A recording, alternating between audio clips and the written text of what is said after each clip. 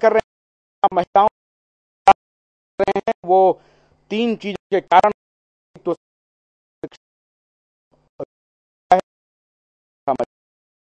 और व्यवस्था में भी बदलाव की आवश्यकता है। इन जिम्मेदारी आप मानते हैं? भाई साहब, ये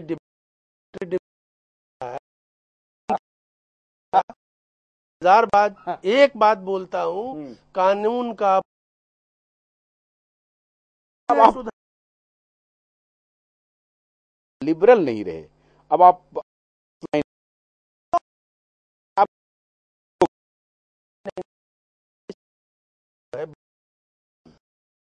जब पूरा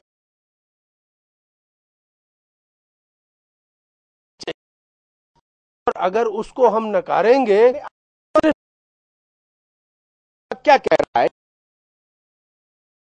इमीडिएट एक्शन चाहिए। यस यस, नहीं तो क्या होगा? नहीं तो भगवान न करे स्वतः बदल जाएगा। आज एक घटना हुई है नवनीत जी, गीतिका शर्मा की मां ने भी खुदकुशी कर ली और उन्होंने भी, जो सुसाइड नोट में अभी तक कंफर्म नहीं हुआ है, लेकिन सुसाइड नोट में उन्हीं दोनों के नाम लिखे हैं जिसकी गीतिका ने नाम लिखी थी। ये जो सत्ता प्रतिष्ठान में जो बड़े लोग बैठे हैं, जो कमल जी इशारा कर रहे थे कि पैसे वाले लोग, दबंग लोग अपनी शर्तों पर क्राइम करते हैं और बच जाते हैं, अब इससे मुक्ति मिले कैसे? जी देखिए, ये जो आपने बताया है कि गीतिका शर्मा की मां ने आज सुसाइड कर लिया है जी, उसमें भी उन्हीं लोगों का नाम लिया है जो ऑलरेडी जेल में बंद हैं जी, या जेल में रह चुके हैं जी, इससे ये साफ जाहिर होता है कि समाज हमारा बहुत ही गलत दिशा में जा रहा है। समाज उन लोगों को के फेवर में कहीं ना कहीं खड़ा है जो लोग जेल में हैं। तो हमें इस बात ध्यान रखना चाहिए, समाज को एक दायित्व बनता है कि ऐसे लोगों के साथ ना जाए। दूसरी बात, कुरियन साहब की बात करी कमल जी ने, तो उनको हरियाणा के जो मिनिस्टर थे उनकी सराहना कर रहे थे ना कुछ दिन पहले। वही तो दुर्भाग्य है कि एक जिस व्यक्ति के ऊपर जो जेल में है, इतने संगीन आरोप जेल में है, आप उसके साथ खड़े हैं, उसको अच्छा इंसान बता रहे हैं। अभी कानून ने अपना काम किया नहीं है। कुरियन साहब, अब कुरियन साहब की बात सुनिए।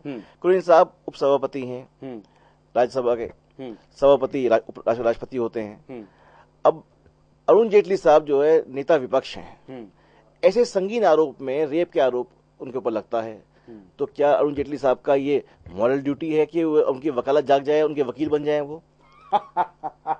देखिए, आप कॉन्स्टिट्यूशनल, क्या आप कॉन्स्टिट्यूशनल पद पे बैठे हुए आप मॉरल ड्यूटीज को नहीं निभा रहे? आप तो कानून के स्टूडेंट हैं, कानून के स्टूडेंट हैं, का न्याय के लिए बहस करने की जिम्मेदारी है उनकी, और ये उनके व्यवसाय की अत्यावश्यकता है। देखिए, एक तरफ कमल जी ने बताया कि वो लड़की, जिसने आरोप, जो पीड़ित लड़की है, वो बहुत गरीब है। आप ये कह रहे हैं उनका अभी कानूनविद होना, जगना नहीं चाहिए। सीनियर लॉयर, जो लॉयर प्रोफेशन से रहे हैं आज, लेकिन जिस पद पे वो बैठे हैं वो नेता विपक्ष हैं राज्यसभा के अंदर। उनको ये स्टैंड नहीं लेना चाहिए था। उनकी मॉरल ड्यूटीज बनती हैं कि इस मामले को के ऊपर जांच होनी चाहिए थी। उन्होंने जांच होने से पहले इसको दबा दिया और उसके ऊपर उन्होंने पानी डाल दिया, तो ये बात बिल्कुल गलत है। मैं इस चीज से सहमत नहीं हूं। नवनीत जी, कमल जी, बहुत महत्वपूर्ण सवाल नवनीत जी ने उठाया है और मैं समझता हूं कि आप उनको डिफेंड करने उनका विरोध करेंगे, मुझे ऐसा लग रहा है। नहीं, मैं आपसे सवाल कर लूं, मैं आपसे सवाल कर लूं। नहीं, फैक्चुअल एरर नहीं, मैं एक सवाल, कमल जी मेरा भी तो सवाल सुन लीजिए।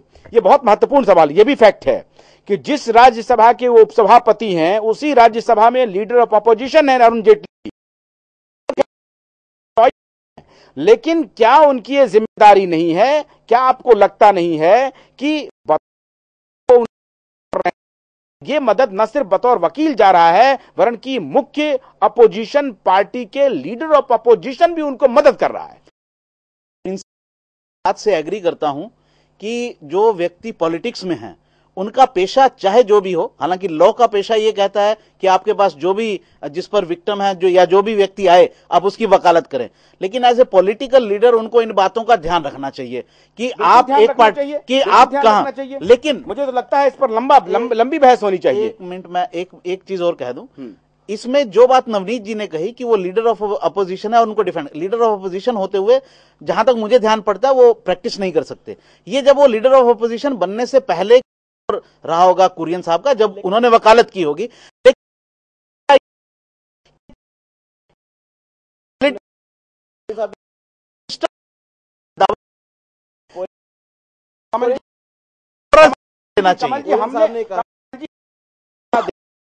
कि मेरी भी आयु नहीं है, लेकिन मैं जिस कॉलेज में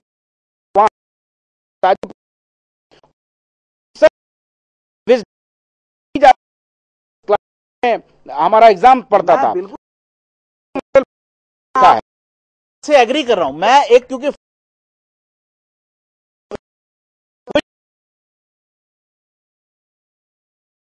अपोजिशन वकालत नहीं कर रहे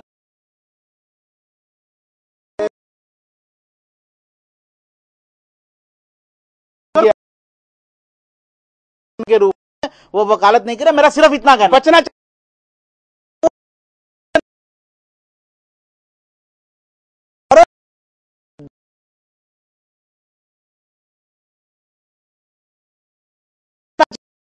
एक बड़ा सवाल है, ये बड़ा सवाल है, ये उनका एक दायित्व बनता है कि वो ऐसे मामलों में ना आए। लेकिन अब ये जवाब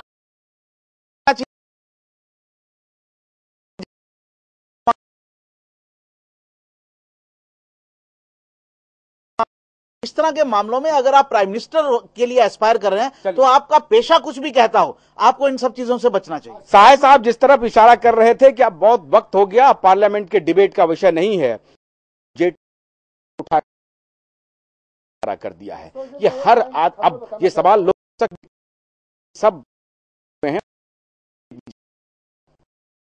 नवीन जी, क्या आप ये मानते हैं जी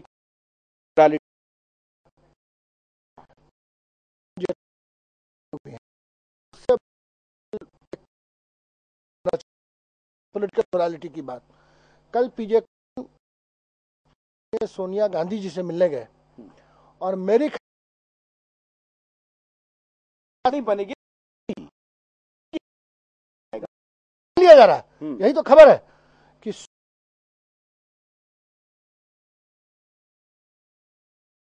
लीडर्स सभी पॉलिटिकल पार्टी अगर वो मान जाते हैं तो शॉर्ट आउट कर लेते हैं तो आप रह सकते हैं। ये इस देश का दुर्भाग्य है, तो इस देश का दुर्भाग्य है। और मेरी खबरें हैं कि सोनिया तो पॉलिटिकल मोरालिटी अब उस तरफ इशारा कर रही है ना कि अब देश में आमूलचूल परिवर्तन की आवश्यकता है और हार्ड लाइन लेने की आवश्यकता है। निश्चित तौर पर साहे साहब, चलते चलते आखिरी, ये जो कल अभी जो नवनीत जी ने कहा कि अरुण जेटली जी को कम से कम महिलाओं और बच्चियों या जो भी अपराध हो रहे हैं उस पर अंकुश क्यों नहीं लग रहा है? क्योंकि सत्ता प्रतिष्ठान में खोट है, अपोजिशन और सत्ता में जो बैठे लोग हैं उसमें एक घालमेल है, मेल है। ये जनता को बहुत दिनों से शक था, अब यकीन होता जा रहा है कि नूरा कुश्ती का सबसे बड़ा अखाड़ा नई दिल्ली में वही है। बहुत बहुत शुक्रिया आप सबका। आप सब ने जो बहस देखी गया होगा, जिस तरफ हमने बहस की प्रतिक्रिया जानने की कोशिश की थी, ज्यादातर वक्ताओं ने यही कहा कि में खोट और इस खोट आपके सामने दिख रहा है और पॉलिटिकल मोरालिटी की सबसे बड़ी बात हुई, जिसको लेकर के अब देश भर में मैं समझता हूं कि बहस भी छिड़ेगी कर रही कि राजनीतिक इच्छा शक्ति की कमी क्यों है, क्योंकि जिसको हम चुन के भेजते हैं अब व्यवस्था परिवर्तन की आवश्यकता हो गई है। इसलिए मैं आपको बताऊं कि जो लोग दर्शक कि महिलाओं और बच्चियों तो छोड़िए, अपराध के व्यवस्था जिम्मेदार है, कानून का राज स्थापित हो और व्यवस्था में परिवर्तन हो। हम उम्मीद करेंगे